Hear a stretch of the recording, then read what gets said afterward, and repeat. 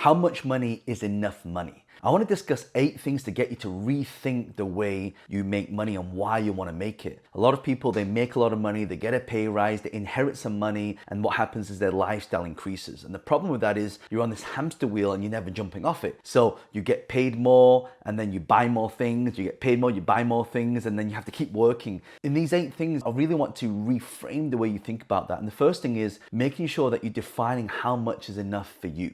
So if you want to look at your lifestyle and actually what you want to do, some people, they dream, they go, well, John, I want to make $1 million a year. But honestly, for a lot of people, they don't even need that. If you're in 6 figures and you actually ask yourself a question, am I happy doing the things that I'm doing? Is making this much money too much or too less? It's really defining where that lifestyle is. And for most people, they are spending more than they earn and they want to earn more money so they can keep up with the Joneses. And the problem with that is it's a never ending road. Someone's always got a bigger stick. So defining how much you want and how much it's going to take for you to really live your lifestyle. For some of you, hey John, I want to go on holiday. I want to buy a new car. I want to buy a new house. I want to send my kids to private school. I want to, join a gym. Well, whatever it is, but you need to write these things down and put a figure next to it, because actually the amount, I promise you, is going to be smaller than what you imagine it to be. Unless you want to buy, private jet and things like that. But then the question is, why do you want that? And some people, a lot of my wealthy friends, they have private jets, right? But again, to get to that level, people say, well, John, I want to make $1 million a month. Okay, well, think about what comes with that, right? $1 million a month means that how much do your business need to make in revenue?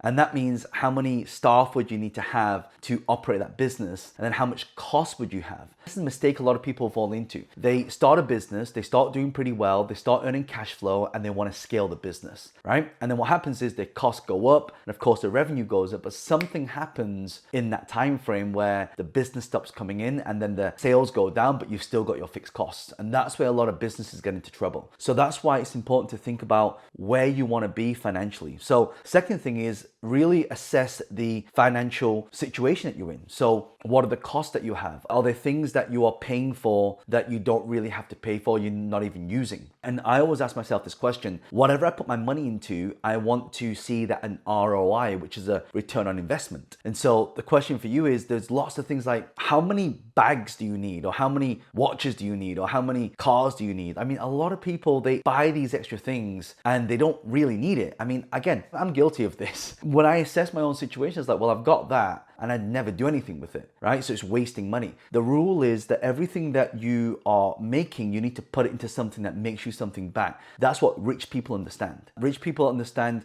making money work hard for you. So assessing your current financial situation, what are things that you're putting or spending money on versus investing? Right? What are you wasting money on for entertainment when you could actually be putting into something? So the rule is you create income, you put it into an asset, the asset creates income for you to then buy the liabilities. So when you're at that stage, then that's fine. But for a lot of you, some people can't even live for 3 months if they lost their job. So this is a really serious situation that, again, I want to create this and kind of get you to rethink about money and what it's going to mean to you and actually how much you actually need. The third thing is identifying your financial goals. When you write, why do people want to make more money? Why?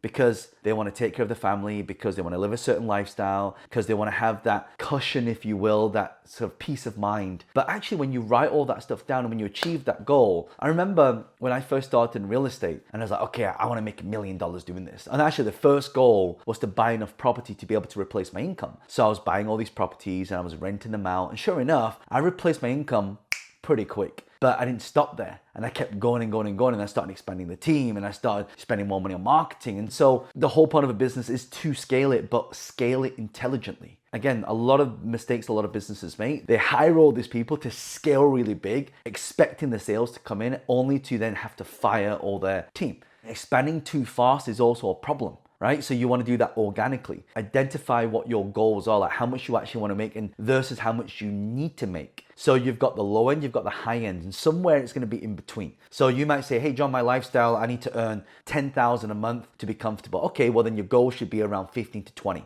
So it's normally double the amount that you think you need, right? And then you'll be comfortable. Once you hit that goal, then you can like come off the accelerator a little bit, right? Because what happens is the more time you have to think and strategize, the more income you're going to make and the more happy you'll be. Because what happens is, again, I fell into this trap before where it's just making money. And then what? The cost of what? losing time with your family. There'll be times where, I remember when my daughter was born and I was flying all around the world and I was doing all these big deals, and I'd come back and she'd grow an inch taller. And those inches where she grows, I'll never get back. So for me now, it's really finding that balance / really harmony. And as an entrepreneur, we really need to define really what it means to be an entrepreneur. Now, it's not just about making money. That's just one part of the equation. How about your mental health? How about your physical being? Are you healthy? There's no point in being the richest person in the graveyard. I want you to start thinking about why you want to do what you want to do and how much you actually need to do that. Fourth thing is you want to start budgeting and planning.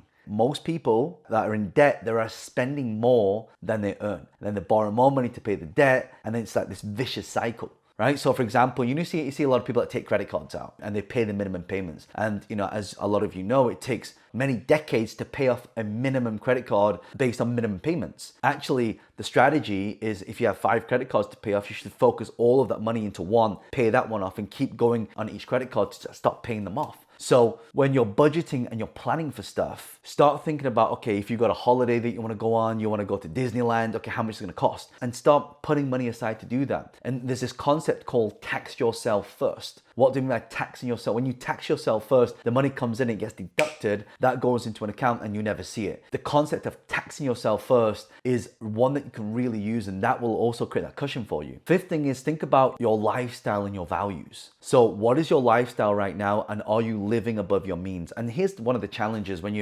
this whole concept of keeping up with the Joneses. For example, my friends, like when I hang around with them, oh yeah, John, we're buying a helicopter, oh, we're buying a house in the Hamptons, oh, we've got a holiday home. And look, don't feel pressure to be able to keep up with the Joneses and buy things just to impress people. In my younger days, I was like, oh yeah, I want to buy this thing. I want to keep, I want to be better than this person. But just try and, really live within your means and also be comfortable. A good thing to practice is gratitude. When you're grateful for things, you start to appreciate them. And there's a saying, I don't know if you've heard this quote, what you appreciate appreciates. That goes for your health, that goes for your finances, that goes for your personal relationships, and also your personal being, right? So for example, just making time for yourself, right? Going to the gym, going to the sauna, getting a massage, going to the spa, right? Doing breath work, being able to meditate, doing yoga, just having a workout. Most people don't work out because they don't have time to work out, right? Because they're so busy trying to do other things that's going to pay the bills. But unfortunately, it's what I call the quantum paradox. Like you want to do one thing and another thing, but actually they both don't really serve each other. You need to flip it on the other side. And also as well, the sixth thing is think about financial security and freedom. So what is the difference between financial security and financial freedom? So financial security is, let's say you make,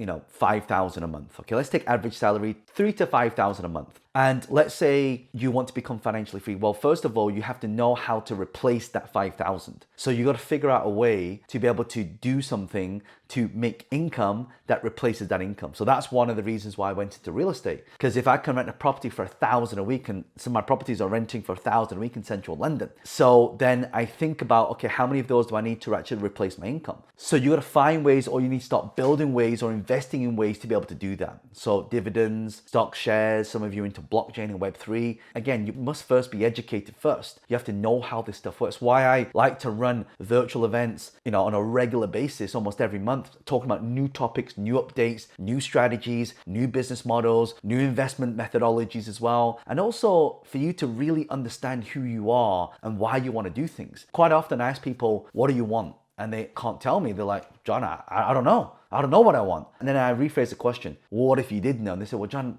I would do this. And that's why the best question to ask is, if you didn't have to work, what would you be doing now? Right? And some of you say, well, John, I'd still be doing what I do. Great. Then you've truly found your passion. You've found your purpose. But thinking about your financial freedom and also your financial security, security is how long can you live? And typically you should have really 6 to 12 months of cushioning if anything happens, because then you're not scrambling to try and figure things out and how to make more money doing that, right? The seventh thing is reflect on happiness and well-being. Some people go, well, John, I want to buy a brand new handbag, or I want to buy a brand new dress. But some people like, John, I just want, for the same money I can pay for an excursion. I remember the first time I took my mum on business class, first class, and we went to Niagara Falls, we went to Toronto, we went to Vegas to see Celine Dion in concert, and we flew into the Grand Canyon in a helicopter, and we landed in the Grand Canyon. We took a boat down the Colorado River. That was the best 30 grand I ever spent. and that will be cherished forever. And sometimes when you buy objects, right? You buy a watch, you buy a car. I mean, it gives you temporary happiness. And I think that's great. But you need to start thinking about, instead of thinking, I want to buy that mansion, think about actually what's going to make you happy.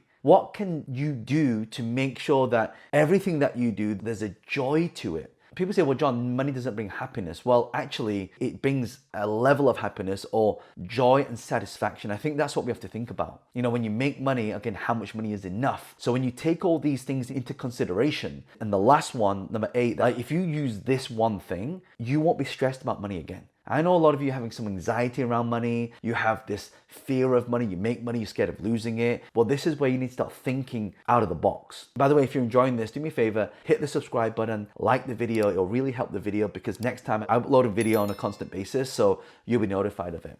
Number 8 is you need to adjust your expectations and plan as needed. Let me say that again. You need to adjust your expectations. Like, for example, we know when people start a business, they think they're going to make money straight away, right? And some people do, and they get lucky. But for the majority of people, they get disappointed. They start a business, they try and make money, it doesn't happen, they give up. And I see too much of this, and I've been doing this for 20 years. I fly all around the world, I speak to thousands and thousands of people. I meet so many people from all walks of life. And the most common denominator is this: John, I want to make money fast. Right? So you don't want to get rich quick. You actually want to get rich slow, right? The faster things grow, the faster things fall. It's not just getting rich quick, because the get rich slow is get rich forever. And so it's quite hard as well as an entrepreneur. We want to be gung-ho. And again, I am guilty of this. I try and do things like fast and quick, and I'm always wanting to result really fast. And actually, what I realize is if you go slower, you go faster. If you take a slingshot, if you just fire it from here, it's going to go so far. But sometimes you could pull it all the way back, right? And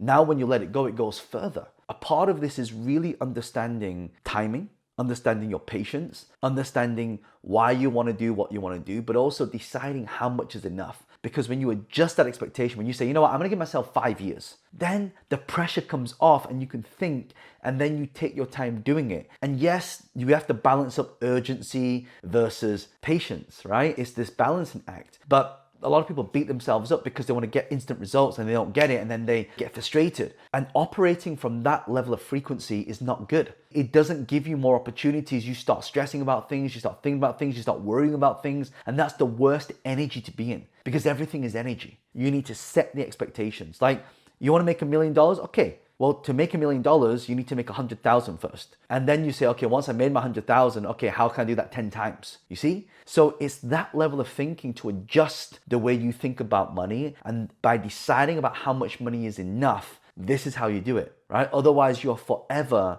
on this hamster wheel, trying to make more money, spend more money, make more money, spend more money. And then what happens? And by the way, just so you know, or because you've got a lot of money now, doesn't mean 5 years from now, you'll have the same money. There'll be things that come up. How many know what I'm talking about, right? There'll be things that slowly start chipping away at your savings fund. I remember, like my cars back then, I was like, you know what? I'm going to save this money up.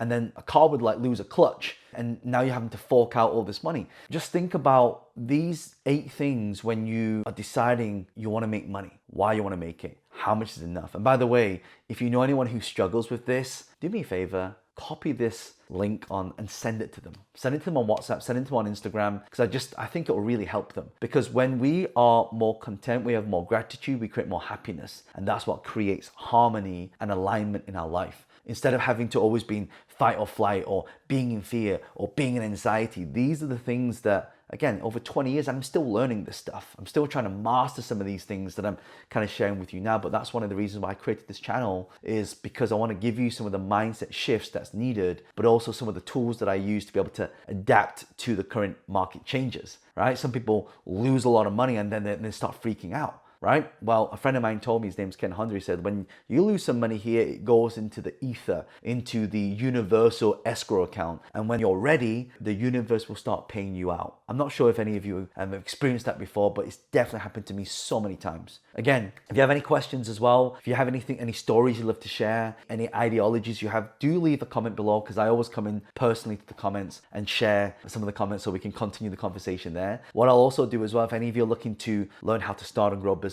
we run events almost on a monthly basis. So if you click the link below this, you can find out when our next events are, or you can check out johnlee.com, which is my main website. And also as well, what I think is really, really powerful is just doing these little things every single day, and all the little things add up to something big, right? So if you're trying to save money, trying to invest money, like think of all the different ways you can do it. So I'll link a video at the end of this that can really help you do that as well. So really hope you found this useful. This is John Lee, checking out for today. Remember, do whatever it takes, take massive action, and believe that anything is possible.